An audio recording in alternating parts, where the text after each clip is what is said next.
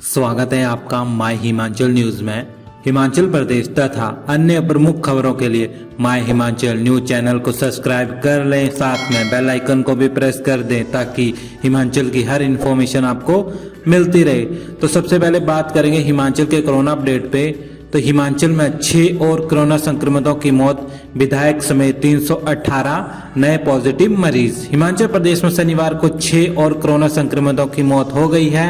वहीं 70 वर्षीय बुजुर्ग के अलावा 45 और 60 वर्षीय 2 महिलाओं ने दम तोड़ा है। वहीं प्रदेश में शनिवार को 318 नए कोरोना पॉजिटिव मामले आए हैं। कांगड़ा जिले में 55, सोलन में 77, ऊना में 20, सिरमौर में 25, बिलासपुर में 21, मंडी में 42, किन्नौर में 3, कुल्लू में 13, लाहौल स्पीति में 4, चंबा में 11, हमीरपुर 7 और शिमला में 49 नए संक्रमित मामले आए हैं। रोहड़ू में कांग्रेस विधायक मोहन लाल बाकरोटा के कोरोना टेस्ट की रिपोर्ट भी पॉजिटिव आई है। इसके साथ ही प्रदेश में संक्रमितों का कुल आंकड़ा 13,996 पहुंच गया है।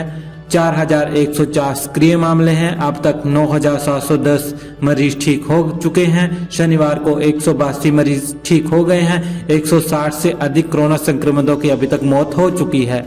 हिमाचल में बाहरी राज्यों के लिए बस सेवा के लिए करना होगा अभी इंतजार। हिमाचल से अभी बाहरी राज्यों के लिए बसें नहीं चलाई जाएंगी। परिवहन मंत्री बिक्रम सिंह और उनके स्टाफ के आइसोलेट होने के कारण अब इस मामले पर अगली कैबिनेट में चर्चा होगी। परिवहन निगम की 200 से ज्यादा रूट बाहरी राज्यों के लिए हैं। कोरोना काल में इन रूटों पर एचआरटीसी बसें नहीं भेजी जा रही हैं। परिवहन निगम की माने तो इन रूटों से परिवहन निगम को हर महीने 2 से 2.5 करोड़ रुपए का फायदा होता था। हालांकि परिवहन निगम ने बसें चलाने का प्रस्ताव तैयार कर लिया था। इसके तहत पंजाब, दिल्ली और अंबाला आदि के लिए बसें भेजी जानी थी, लेकिन अब यह मामला अगली मंत्रिमंडल बैठक तक पेंडिंग हो गया है। उधर शहरी विकास मंत्री सुरेश भारद्वाज ने कहा कि शनिवार को आयोजित कैबिनेट बैठक में बाहरी राज्यों के लिए बसें चलाने पर चर्चा नहीं हुई है। अब अगली बैठक में इस मामले पर चर्चा की जाएगी। हिमाचल में कोविड सेंटरों को जांचेंगे मंत्री। डीडीयू कांड के बाद जयराम सरकार ने उठाए कदम। प्रदेश सरकार ने स्वास्थ्य मंत्री डॉक्टर राजीव सैजल को प्रदेश के कोविड केयर सेंटरों में व्यवस्थाएं जांचने का जिम्मा सौंपा है। कैबिनेट के सामने आई शिकायतों के बाद निर्णय लिया गया है। इन सेंटरों में क्या व्यवस्थाएं हैं और क्या होनी चाहिए, इस पर पूरी रिपोर्ट बनाई जाए ताकि सरकार जरूरी कदम समय रहते उठा सके। कैबिनेट बैठक के बाद संसदीय कार्य मंत्री सुरेश भारद्वाज ने इसका खुलासा मीडिया के सामने किया। सूत्रों के अनुसार कैबिनेट की बैठक में शिमला के दीनदयाल उपाध्याय अस्पताल के प्रकरण को लेकर चर्चा की गई। यहाँ पर बताया गया कि किस तरह से ये मामला घटित हुआ, इसमें क्या खामी रही। इस पर निर्णय लिया गया कि खुद स्वास्थ्य मंत्री ऐसे मामलों की पड़ताल करेंगे और व्यवस्थाओं को जांचेंगे, जिसकी जिम्मेदारी उनकी रहेगी। इस दिन से होंगी 1ली से 8वीं कक्षा तक की ऑनलाइन परीक्षाएं।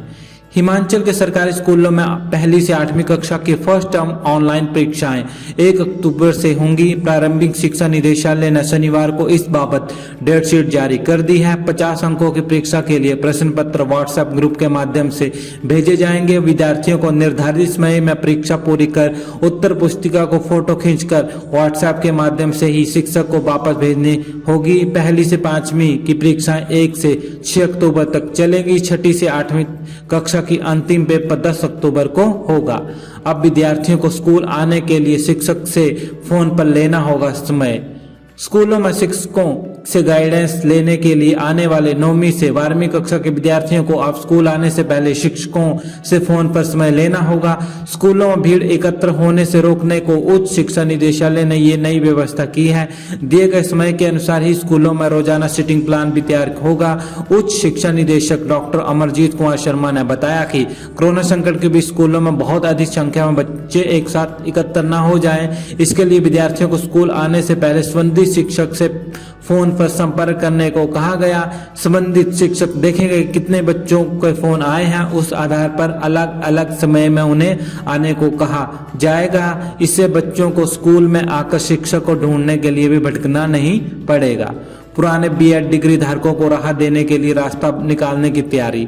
2 साल का बीएड कोर्स करने वालों के लिए साल 2030 के बाद भी नौकरी के दरवाजे खुले रहें, इसके लिए राष्ट्रीय शिक्षा नीति में किए गए नए प्रावधान में राहत देने का रास्ता निकाला जाएगा। केंद्र सरकार ने साल 2030 के बाद सिर्फ 4 साल का बीएड कोर्स करने वालों को ही शिक्षक बनने के लिए पात्र बताया है। ऐसे में प्रदेश के हजारों पुराने डिग्री धारकों के हित में हिमाचल सरकार जल्द ही केंद्र सरकार के समक्ष मामला उठाएगी। राष्ट्रीय शिक्षा नीति को लेकर केंद्र सरकार को भेजी जाने वाली रिपोर्ट में भी इस समस्या का उल्लेख किया जाएगा। स्कूल पहुंच गई कोरोना पॉजिटिव शिक्षिका। हिमाचल में स्कूल खोलने के चौथे ही दिन हमीरपुर जिले के एक सरकारी स्कूल की शिक्षिका कोरोना पॉजिटिव निकली है। प्रदेश में 22 सितंबर को स्कूल खुलने के बाद ये शिक्षिका स्कूल आई थी, लेकिन उसकी तबीयत कुछ ठीक नहीं थी। इस दौरान स्कूल आए 50% स्टाफ के 4 सदस्य पॉजिटिव शिक्षिका के संपर्क में आए। हालांकि शिक्षिका के संपर्क में कोई भी विद्यार्थी नहीं आया। पॉजिटिव शिक्षिका के संपर्क में आज स्टाफ को क्वारंटीन कर दिया गया है। तबीयत खराब होने के कारण शिक्षिका ने 23 सितंबर को स्कूल जाने की बजाय कोरोना टेस्ट करवाया। इससे अगले दिन उसकी रिपोर्ट पॉजिटिव आई। प्रदेश के स्कूल खुलने के बाद किसी शिक्षक के संक्रमित होने का ये पहला मामला आया है। प्रशिक्षित जेबीटी शिक्षकों का इंतजार खत्म, शिक्षा विभाग ने दी नौकरी। लंबे समय से नौकरी की राह ताक रहे प्रशिक्षित जेबीटी शिक्षकों का इंतजार खत्म हो गया है। प्रारंभिक शिक्षा विभाग मंडी ने 29 जेबीटी अध्यापकों की नियुक्तियों के आदेश जारी किए हैं। इनमें 23 पदों पर ward of ex serviceman man कोटे से बैच वाइज आधार पर टेट पास और दिव्यांग कोटे से 6 पद टेट मेरिट के आधार पर भरने के आदेश जारी कर दिए हैं। दिव्यांग कोटे की काउंसलिंग 4 जनवरी 2020 को हुई थी, जबकि बोर्ड ऑफ एक्स सर्विसमैन कोटे से 24 फरवरी 2020 को प्रारंभिक शिक्षा उपनिदेशक मंडी के कार्यालय में आयोजित की गई थी। हिमाचल कैबिनेट मीटिंग ITI में 1 अक्टूबर से शुरू होंगी प्रशिक्षण गतिविधियां। हिमाचल प्रदेश कैबिनेट की बैठक में शनिवार को अहम फैसले लिए गए। सीएम जयराम ठाकुर की अध्यक्षता में हुई कैबिनेट बैठक में विधायक क्षेत्र विकास निधि योजना को मंजूरी प्रदान की गई। वर्ष 2020-21 के लिए 50 लाख रुपए का इसमें प्रावधान किया गया। 25 लाख रुपए प्रत्येक निर्वाचन क्षेत्र को अक्टूबर 2020 में जारी होंगे।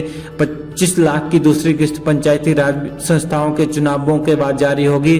कैबिनेट ने शिमला के रिज मैदान पर पूर्व प्रधानमंत्री अटल बिहारी वाजपेयी की प्रतिमा स्थापित करने का निर्णय लिया है।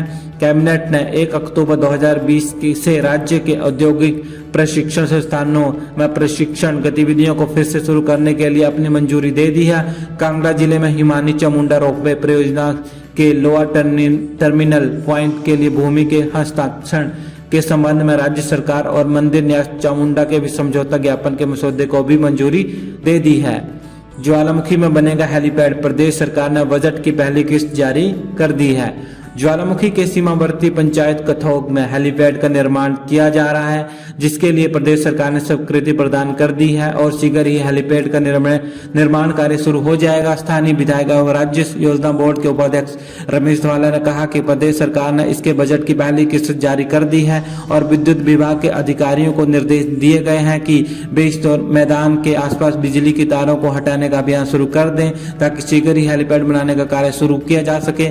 उन्होंने कहा कि इस हेलीपैड के बन जाने से यहां पर सरकारी व निजी हेलीकॉप्टर लैंड कर सकेंगे। यहां पर सरकारी कार्यक्रमों में आने वाले नेता और अधिकारी भी हेलीकॉप्टर लैंड कर सकेंगे। इसके अलावा ज्वालामुखी मंदिर में माथा टेकने आने वाले यात्रियों को भी यहां पर हेलीपैड बन जाने के बाद हवाई सेवाएं मुहैया करवाई जा सकती हैं।